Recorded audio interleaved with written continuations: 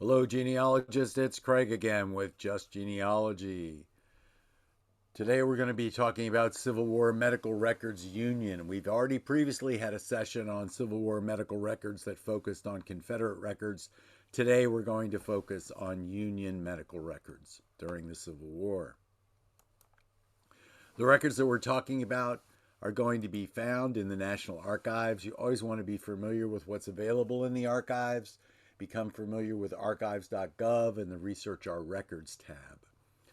Today we're going to be dealing with Record Group 94. These are the records of the Adjutant General's Office. This PI 17, Preliminary Inventory 17, deals with the preliminary inventory of the records of the Adjutant General's Office, and this is where these records will be found.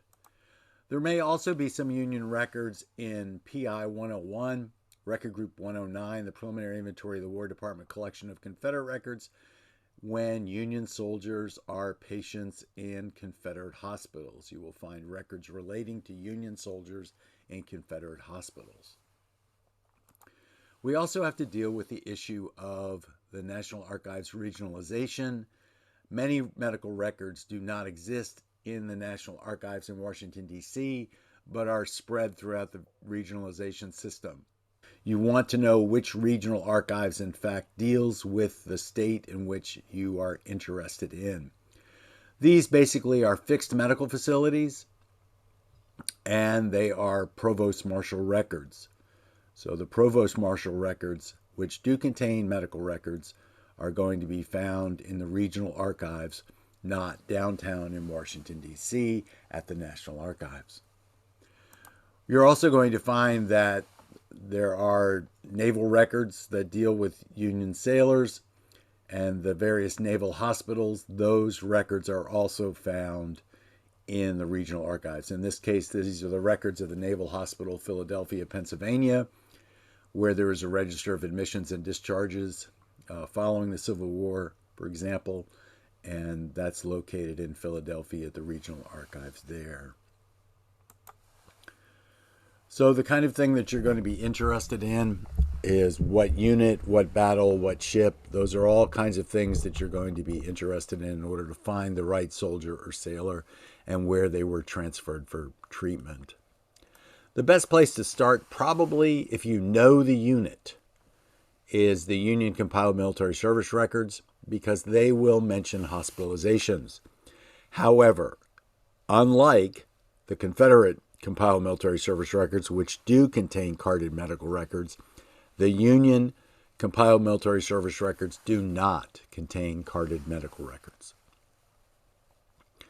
If you're unfamiliar with military service records, specifically the Compiled Military Service Records, you should probably get a copy of Reference Information Paper number 109 on military service records in the National Archives.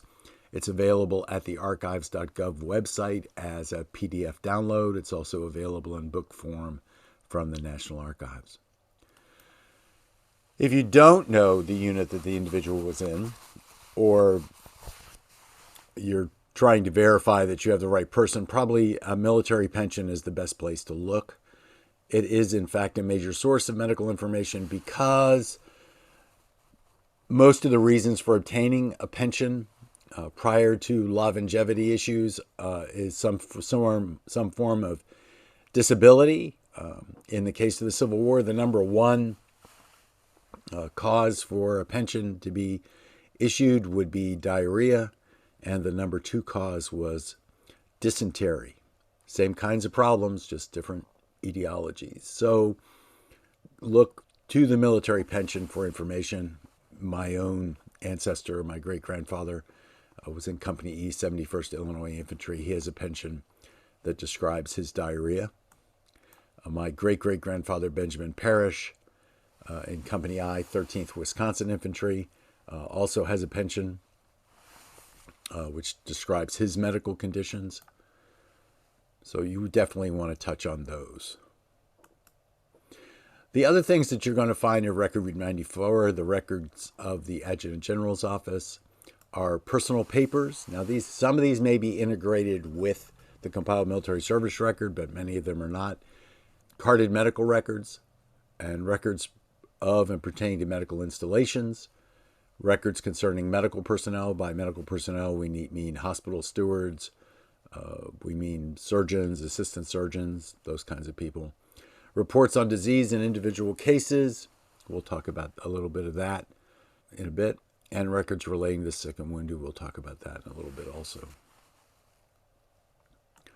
So personal papers consist of personal papers, and they cover 100 years, which includes the Civil War. And what you'll find is descriptive lists, orders, assignment cards. These are hospital assignment cards usually.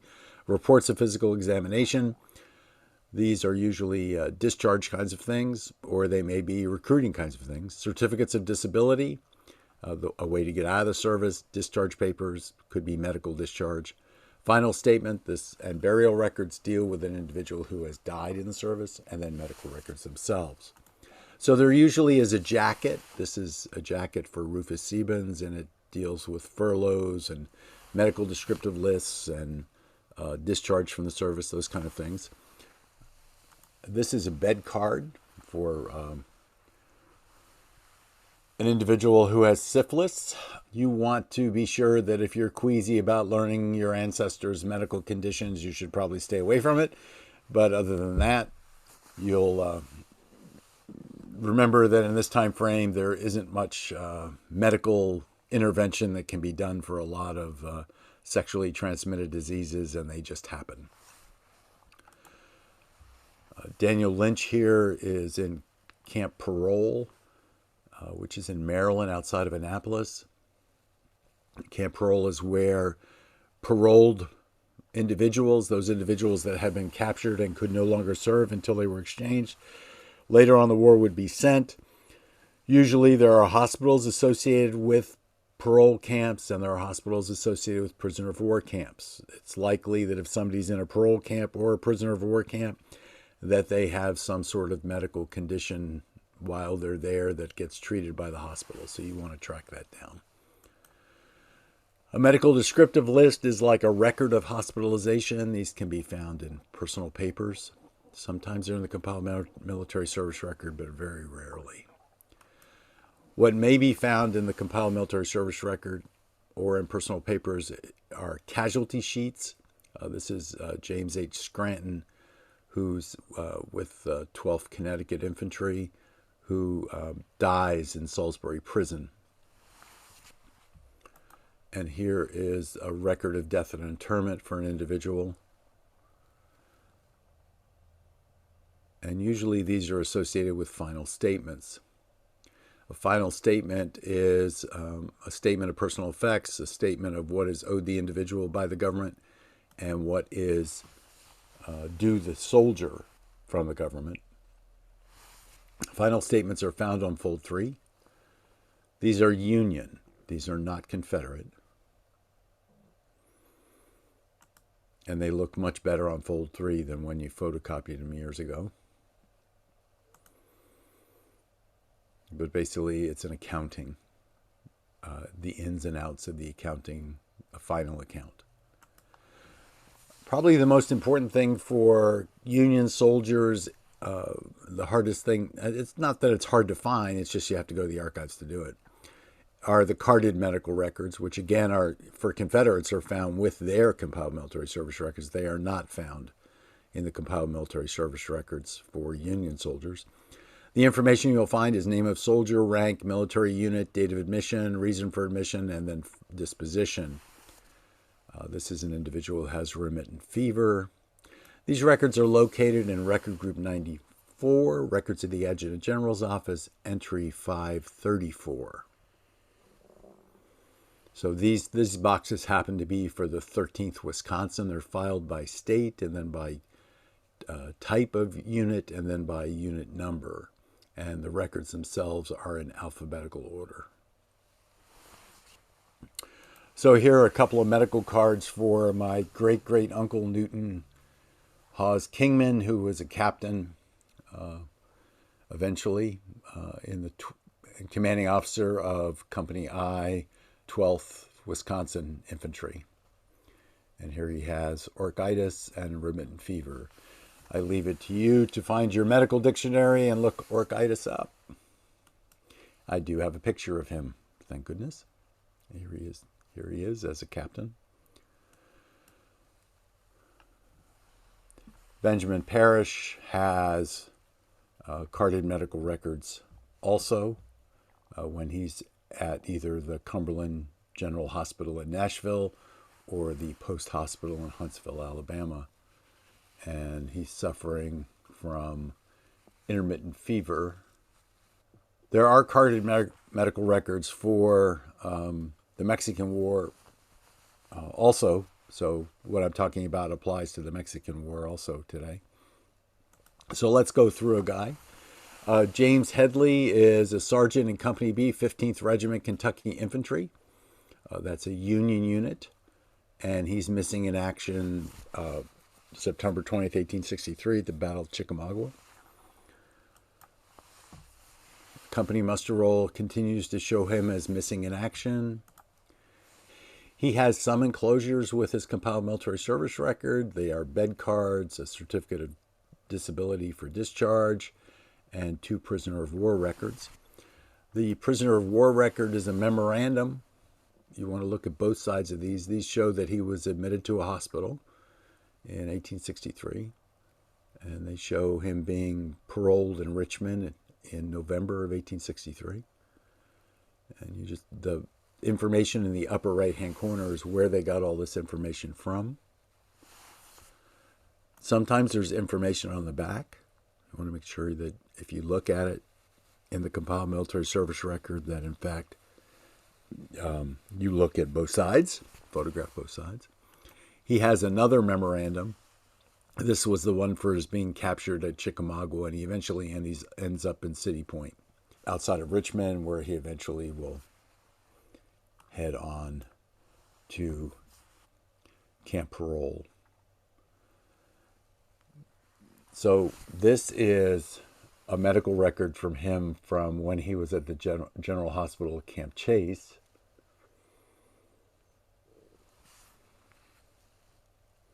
A bed card. This is him found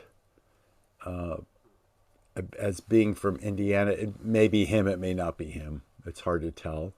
But these are, he's found as a prisoner in Confederate records. Here is his certificate of disability for discharge. This is how he is removed from the service. And this is the other side of that, which basically talks to him being wounded at the Battle of Chickamauga.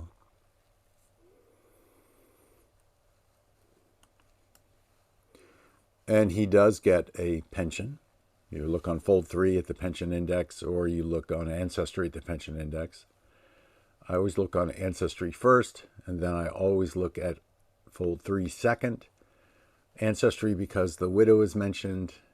The widow is not mentioned on fold 3, but the numbers on fold 3 are the correct numbers. Although in this case there is not an issue with him. You can see that there is a date of death of 8 November 1909 on the organizational card, whereas on the card on Ancestry there is no date of death. But notice that Jane Headley is identified here. So we're going to want to pull his pension and look and see what's there. I have not done that, but it's bound to be full of medical records regardless. What I have done is gone out to the medical surgical history of the War Rebellion. Now, we talked about this before in the Confederate records, and I gave Confederate samples. Remember that there are 6 PDFs available from NIH. If you go and type into Google Medical and Surgical History, Civil War, NIH, it will take you directly to the page where you can download these.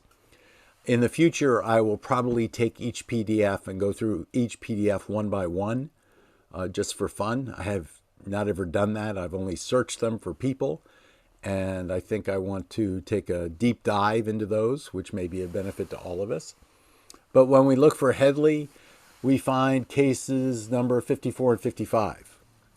Sergeant J. Headley, Company B, 15th Kentucky, so that's our guy. He's 22 years old, was wounded at Chickamauga, September 20th, 1863, and was discharged from Camp Chase 18 July 1864. Surgeon J.T. Carpenter, U.S. Volunteers, that's what USV stands for, certified 2 shot wound of left hip, the ball entering 3 inches above and posterior to the trochanter major and remaining.